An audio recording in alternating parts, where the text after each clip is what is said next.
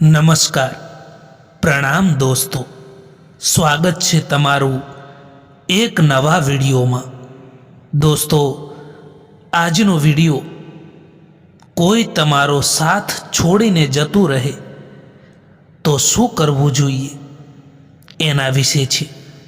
તો ચેનલમાં નવા હો તો લાઈક, શેર અને સબસ્ક્રાઈબ જરૂર કરો અને વિડીયોને અંત સુધી જરૂર જુઓ, જેથી કરીને પૂરતી માહિતી મળી શકે. તો ચાલો શરૂ કરીએ. નંબર 1, મોટા ભાગે એ લોકો જ આપણને જખમ અને દગો આપી જતા હોય છે. જે લોકો શરૂઆતમાં આપણી સાથે એકદમ પ્યારથી રહેતા હોય છે. નંબર 2, મારા એકલા રહેવાનું કારણ એ પણ હોય છે કે મને જૂઠા લોકોથી સંબંધ તોડવામાં ડર નથી લાગતો.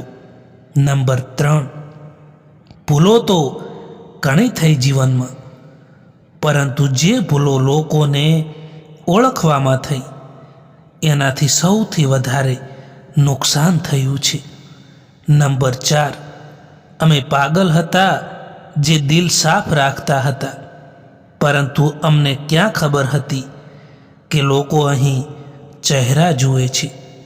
નંબર 5, સંબંધોમાં વધતી નફરતનું કારણ આજકાલ એ પણ હોય છે કે લોકો પારકાઓને પોતાના બનાવવામાં અને પોતાનાઓને નજરઅંદાજ કરવામાં લાગેલા છે. નંબર 6, સંબંધોની શરૂઆતમાં લોકો મજાકમાં પણ નથી રિસાવા દેતા, અને જ્યારે દિલ ભરાઈ જાય છે ત્યારે એ જ માણસ રિસાઈ જવાથી પણ મનાવવા નથી આવતા. નંબર 7, જિંદગીમાં હંમેશા એવું જ થતું હોય છે કે જેને મેળવવા માટે આપણે તરસતા હોઈએ છીએ એ જ લોકો બીજાને ખુશ રાખવામાં લાગેલા હોય છે. નંબર 8, એક હદ સુધીનું દર્દ થયા પછી માણસ શાંત થઈ જાય છે. પછી ના કોઈને તે કંઈ પણ ફરિયાદ કરે છે કે ના કોઈથી કંઈ પણ ઉમ્મીદ રાખે છે.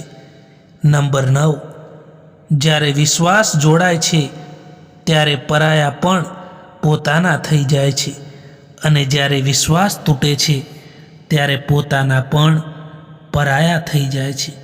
મિત્રો, આ વિડીયો પસંદ આવ્યો હોય તો આ ચેનલને સબસ્ક્રાઈબ જરૂર કરો. વિડીયો જોવા માટે આભાર.